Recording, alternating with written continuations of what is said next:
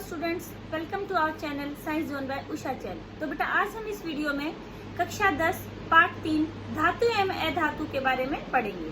तो बेटा आपने पहले छोटी कक्षाओं में भी पढ़ा हुआ है, 8th क्लास में पढ़ा था कि धातु क्या होती हैं, अधातु क्या होती हैं, उनके रासायनिक गुण कौन से होते हैं, भौतिक गुण कौन से होते हैं।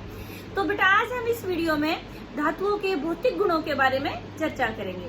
और इसमें जो ये टॉपिक हमारा धातुओं के भौतिक गुणधर्म, इसमें आपका जो कॉम्पिटिटिव एग्जाम्स होता है उसमें भी 100% क्वेश्चन आता है आपका। तो इसमें हम कुछ धातुओं के अपवाद हैं उसके बारे में करेंगे और धातुओं के भौतिक गुणों के बारे में करेंगे। तो चलिए आज हम स्टार्ट करते हैं। सबसे पहली बात आती है कि धातु क्या होती है। देखिए बेटे, हमारी जो पृथ्वी है इसमें जो तत्व पाए गए हैं उनको मुख्य रूप से 2 वर्गों में बांटा गया है, धातु और अधातु। इसके अलावा एक वर्ग और है, छोटा सा, थोड़े बहुत तत्व है उसमें, उपधातु। आपने 9th क्लास में भी पढ़ा था इसके बारे में थोड़ा सा जिक्र। तो धातु अब हम किन तत्वों को कहेंगे? वे तत्व जिनके बाह्य तम कोश में 4 से कम इलेक्ट्रॉन, यानी कि या तो उनके सबसे जो बाहरी कक्ष है, सबसे आखिर वाला जो कक्ष है उसमें 1 इलेक्ट्रॉन या 2 इलेक्ट्रॉन या 3 इलेक्ट्रॉन, यानी कि 4 से कम इलेक्ट्रॉन पाए जाते हैं, उन तत्वों को हम क्या कहते हैं? धातु। अब आपने ये 9th क्लास में पढ़ा था कि कोई भी तत्व अपने आप को सुरक्षित कब महसूस करता है? जब उसका बाह्यतम कोश पूरा भरा हुआ हो। तो पूरा भरने के लिए आपको बताया था 9th क्लास में कि भी वो क्या करेगा, या तो वो इलेक्ट्रॉन छोड़ देगा या फिर वो इलेक्ट्रॉन ग्रहण कर लेगा। जैसे अब सोडियम धातु है, सोडियम का आपको पता है कि भी परमाणु क्रमांक 11 होता है। तो आप जब इसका इलेक्ट्रॉन विन्यास लिखेंगे तो क्या लिखेंगे? 2 8 1। अब जैसे सोडियम के बाह्यतम कोश में बेटा 1 इलेक्ट्रॉन है। अब अपने बाहरी कक्ष को, बाहर वाला जो कक्ष होता है पूरा भरा हुआ कब होता है? जब उसमें 8 इलेक्ट्रॉन हो। तो उसको क्या करेगा? या तो ये 1 इलेक्ट्रॉन को छोड़ दे या फिर ये 7 इलेक्ट्रॉन ग्रहण कर ले। अब आप बताइए कौन सा आसान रहेगा, 1 इलेक्ट्रॉन छोड़ना या 7 इलेक्ट्रॉन ग्रहण करना? तो आप होंगे तो आप भी यही करेंगे कि भी एक चीज छोड़ देंगे 7 लेने की बजाय, खरीदने की बजाय। तो इसलिए सोडियम क्या करेगा? 1 इलेक्ट्रॉन छोड़ देगा। तो आपको ये पहले भी बताया हुआ है कि भी जब कोई तत्व इलेक्ट्रॉन छोड़ता है तो उसके ऊपर कैसा आवेश आता है? धनावेश। और जो जब किसी तत्व के ऊपर कोई आवेश होता है तो उन्हें हम क्या कहते हैं? आयन बोलते हैं। जिसके ऊपर धनावेश है तो वो क्या हो गए? धनायन। और जिनके ऊपर ऋणावेश है वो क्या होते हैं? ऋणायन। ठीक है बेटे। तो अब जो धनावेश कब आता है? जब इलेक्ट्रॉन छोड़े जाते हैं। तो धातुएं क्या करती हैं?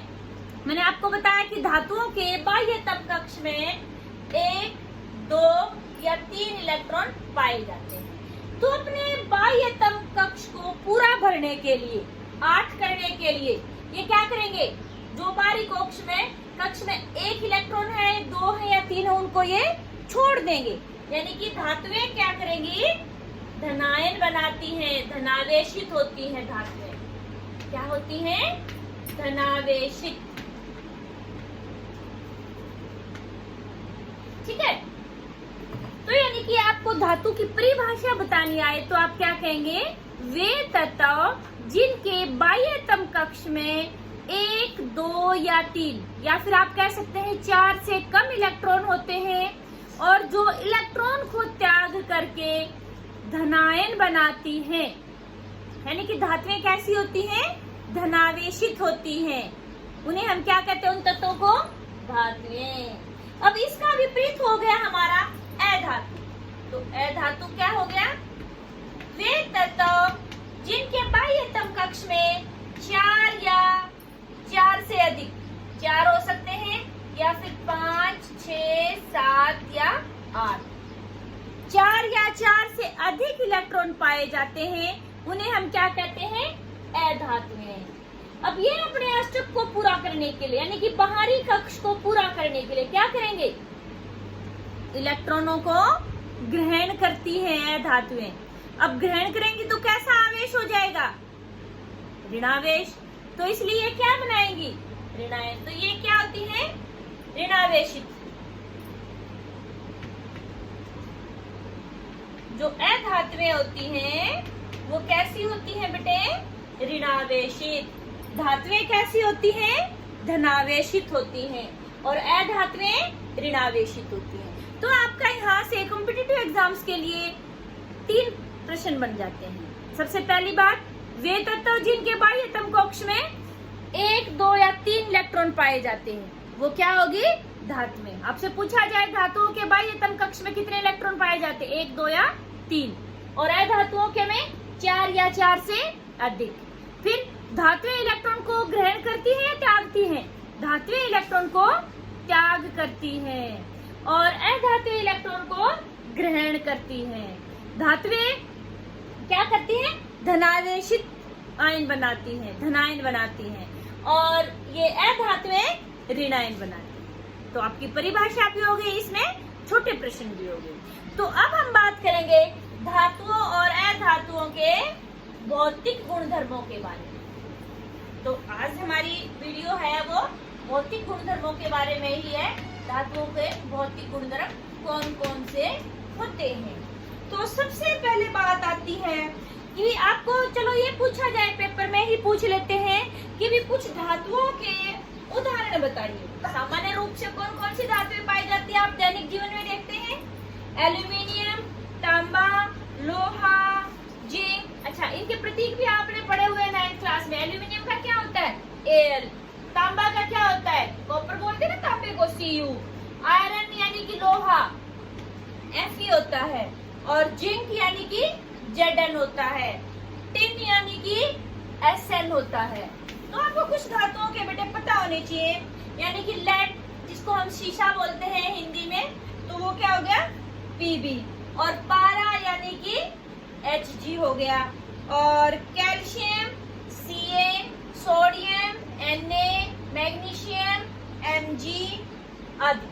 तो आपको बेटा कुछ धातुओं के उदाहरण जरूर पता होना चाहिए। आपसे पूछा जाए कि भी कुछ धातुओं के बताइए, तो आप फिर बात आती है कि अधातुओं के भी पता होना चाहिए। अधातु कौन कौन सी होगी?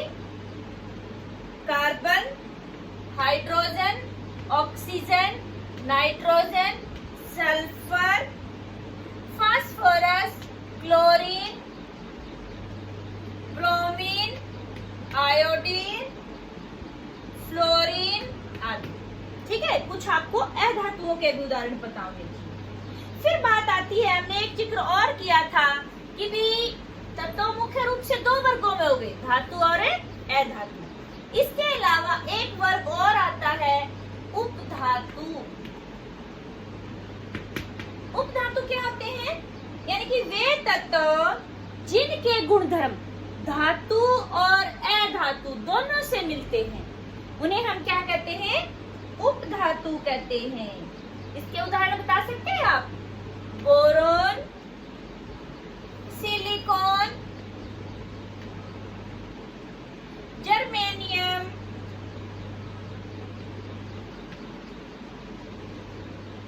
और पोलोनियम आदि कुछ उदाहरण हैं हमारे।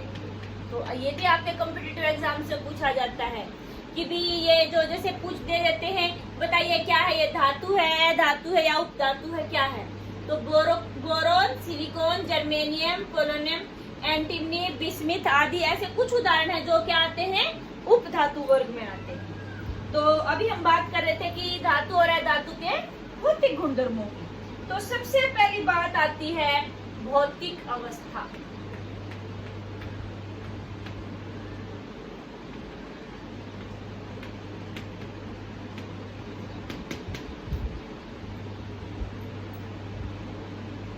जो धातुएं होती हैं बेटे, पारा एक साथ के साथ हमें ये कॉम्पिटिटिव एग्जाम्स में आते हैं, कुछ अपवाद होते हैं।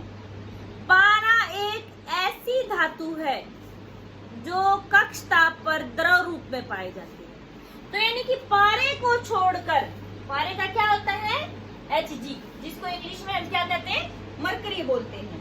तो पारे को छोड़कर सभी धातुएं कक्ष ताप पर किस रूप में पाई जाती हैं? पाई जाती हैं। ठीक है। और जब हम अधातु के बारे में बात करेंगे तो क्या होता है कि ये धातुएं जो अधातुएं जो होती है बेटे, ये तीनों अवस्था में पाई जाती है, ठोस, द्रव और गैस में। ठीक है।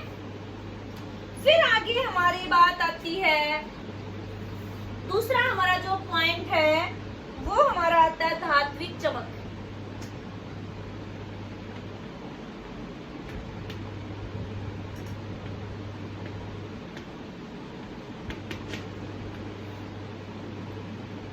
जो धातुएं होती हैं बेटे, उनकी सतह चमकीली होती है, रंग अलग अलग होता है, जैसे सोना पीला होता है। ठीक है।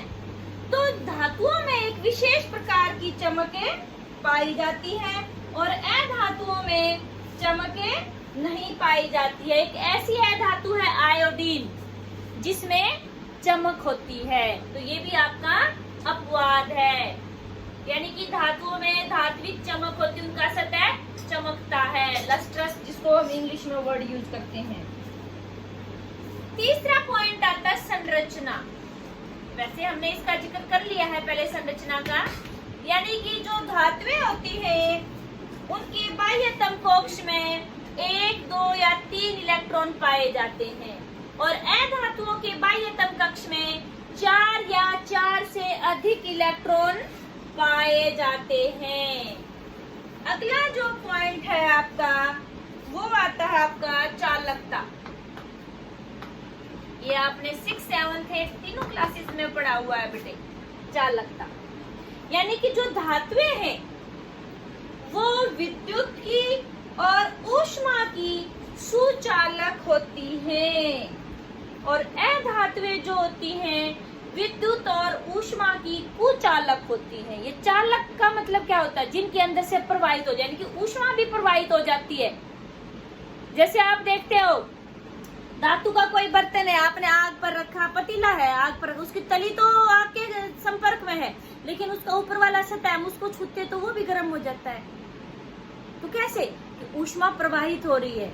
ऐसे ही धातु की कोई चीज है, विद्युत के संपर्क में आती है तो क्या होता है? हमें करंट लग जाता है। तो यानी कि जो धातुएं हैं वो विद्युत और ऊष्मा की सुचालक होती हैं और अधातुएं जो होती हैं विद्युत और ऊष्मा की कुचालक होती है। अगला पॉइंट है आपका आघातवर्धता।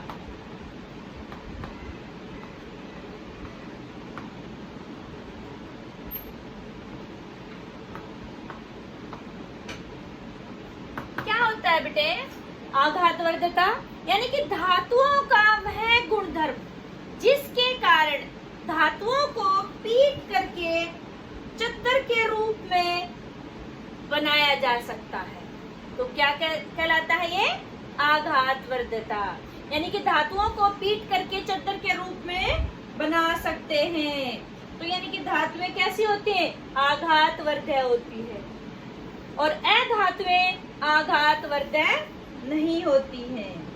अगला जो पॉइंट है आपका वो है तन्यता। तन्यता क्या होता है? धातुओं का वह गुणधर्म जिसके कारण धातुओं को खींच करके लंबी पतली तार के रूप में बनाया जा सकता है। क्या कहलाता है? तन्यता। तो सबसे अधिक तन्य धातु कौन सी है? चांदी और सोना। ठीक है। फिर अगला जो पॉइंट आता है आपका कठोरता।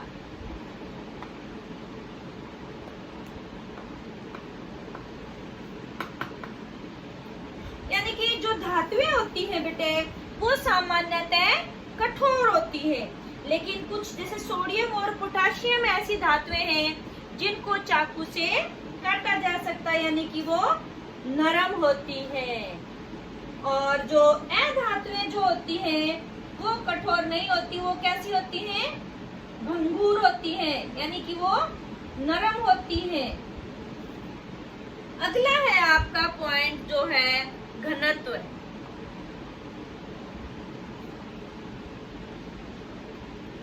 जो धातुएं होती है बेटे इनका जो घनत्व जो होता है वो अधिक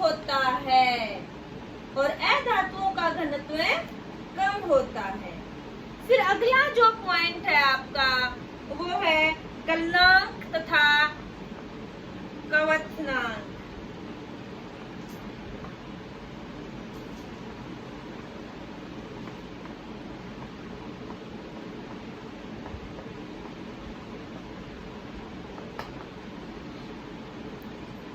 तो जो धातुएं जो होती हैं बेटे, इनका गलनांक और क्वथनांक उच्च होता है और अधातुओं का गलनांक और क्वथनांक निम्न होता है। ठीक है, फिर आता है बेटे, ये तो थे आपके भौतिक गुणधर्म धातुओं और अधातुओं के, हमने यहाँ से अध्ययन किए हैं। इसके अलावा कुछ अपवाद है, आपको पता होने चाहिए, आपके कॉम्पिटिटिव एग्जाम्स में आता है अपवाद में से क्वेश्चन जरूर।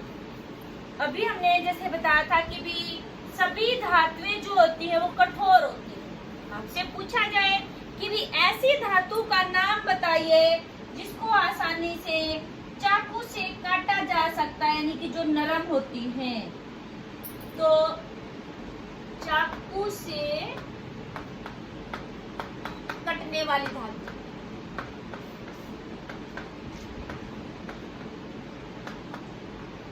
तो इसमें आपकी कौन आ गई बेटे? इसमें आपकी आ गई सोडियम, पोटाशियम, लिथियम। ये ऐसी धातुएं हैं जिनको हम आसानी से चाकू से काट सकती हैं। अभी आपने पढ़ा था कि भी जो धातुएं होती हैं वो ऊष्मा की सुचालक होती हैं, लेकिन कुछ धातुएं ऐसी हैं जो ऊष्मा की कुचालक होती हैं। तो ऊष्मा की कुचालक धातु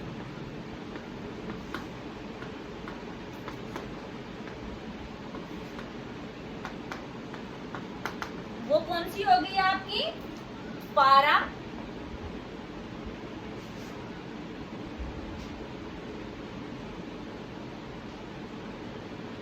शीशा।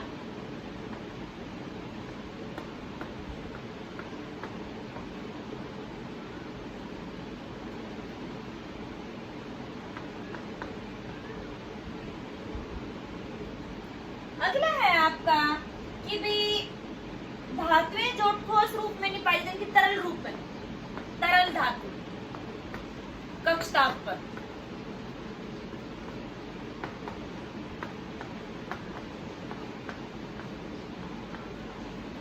वो आपका क्या हो गया? पारा। पारे को इंग्लिश में क्या कहते हैं? मरकरी। कई बार ये शब्द आ जाता है मरकरी, तो हम बच्चे सोचते हैं कि मरकरी तो हमने पढ़ा ही नहीं था कहीं पर। और अभी हमने कहा कि धातुओं के गलनांक और क्वथनांक उच्च होते हैं, लेकिन कुछ धातुएं ऐसी होती है बेटा जिनको हम हथेली पर रखते हैं तो हथेली की गर्मी से ही पिघल जाती हैं। तो यानी कि हथेली पर पिघलने वाली धातु।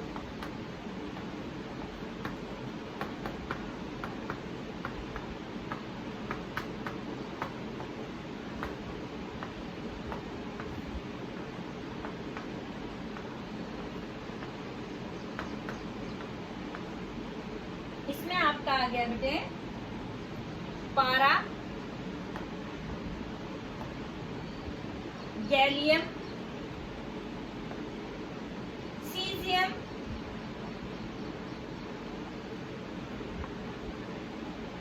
ठीक है। अब कुछ अपवाद हमारे अधातुओं के भी हैं, ठीक है ना। तो अधातुओं के जब हमने कहा था कि भी अधातुएं चमकीली नहीं होती, तो चमकीली अधातु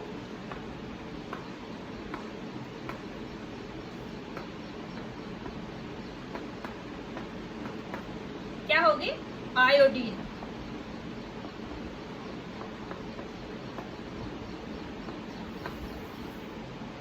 फिर इसके बाद हमने कहा था कि जो अधातुएं होती हैं वो ऊष्मा की यानी कि विद्युत की कुचालक होती है।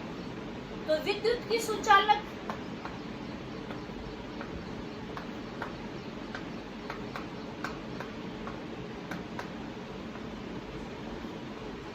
अधातु।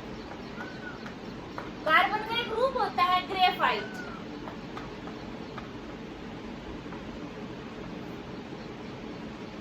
इसका रूप है ये कार्बन। अगला है आपका कि अभी हमने कहा था कि अधातुएं जो होती हैं वो मुलायम यानी कि नरम होती हैं, लेकिन जो हीरा है वो कठोरतम अधातु है।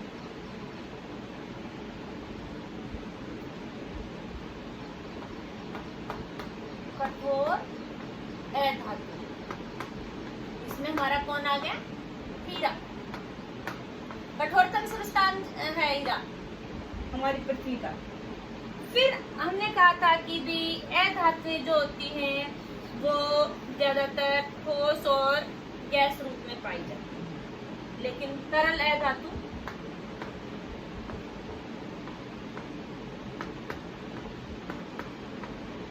ब्रोमीन,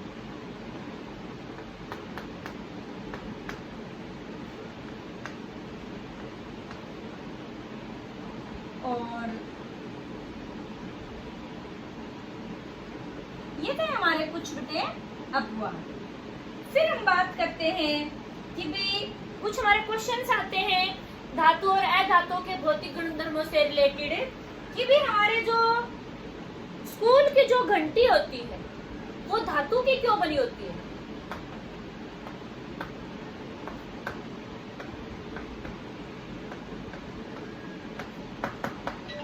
अभी जब हमने भौतिक गुणधर्म किए, सॉरी एक गुण हमारा रह गया था ध्वनि की,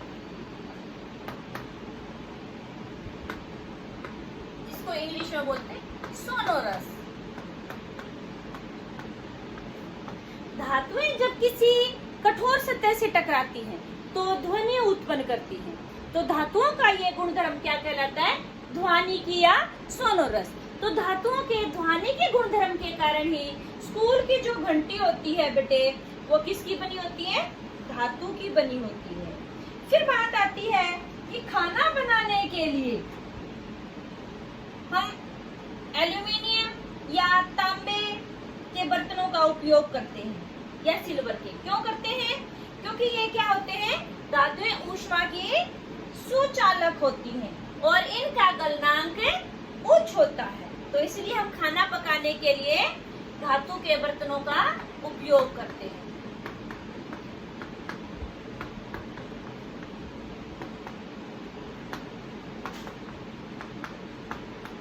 किसके कारण से? ऊष्मा की सुचालक और उच्च गलनांक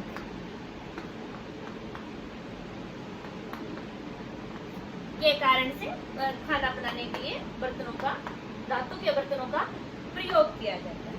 फिर बात आती है कि भी बिजली की तारों पर पीवीसी की परत क्यों चढ़ाई जाती है?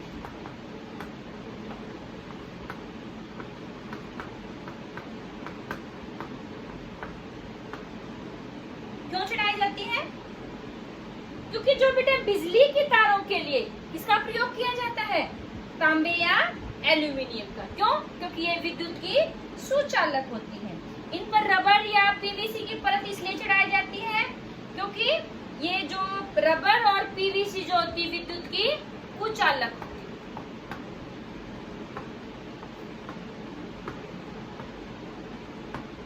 जिससे कि किसी को करंट ना लगे। ठीक है। फिर बात आती है, आज हम अभी लास्ट जो हमारा पॉइंट है कि भी धातु और अधातु में भौतिक गुणधर्मों के आधार पर अंतर स्पष्ट करेंगे। ये आपके एग्जाम्स में आता है।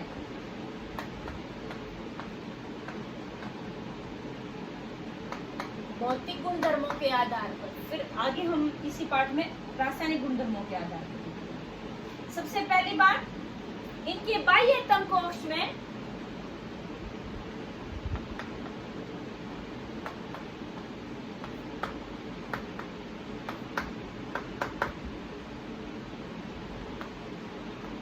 इलेक्ट्रॉनों की संख्या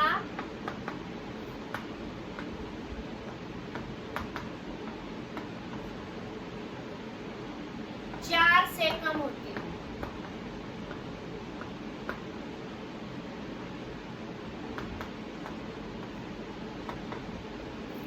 यहाँ पर 4 या 4 से अधिक।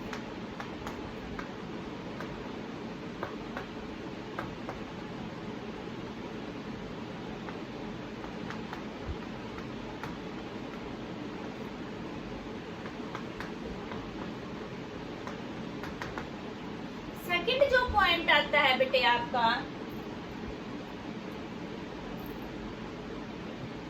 धनावेशित होती है।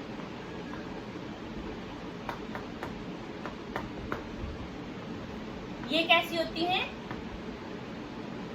ऋणावेशित।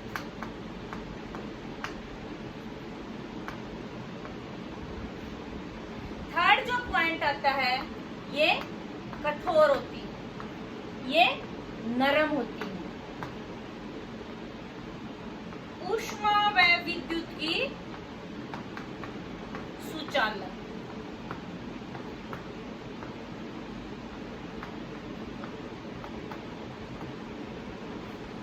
ये कुचालक। अगला जो पॉइंट है ये आघातवर्धक होती है।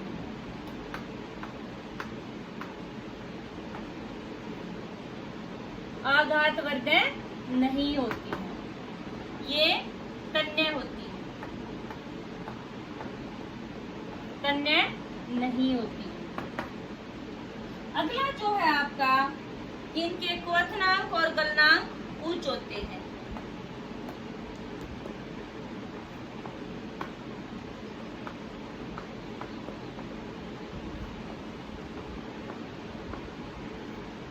यहाँ पर गलनांक और क्वथनांक निम्न होते हैं।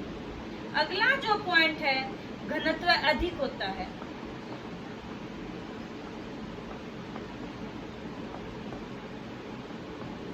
घनत्व कम होता है। तो ये थे बेटा आपके कुछ अंतर धातुओं और अधातुओं में, किसके आधार पर? भौतिक गुणधर्मों के आधार पर। तो उम्मीद है आपको कि जो धातुओं के भौतिक गुणधर्मों का जो टॉपिक है आपका सभी का क्लियर हो गया होगा।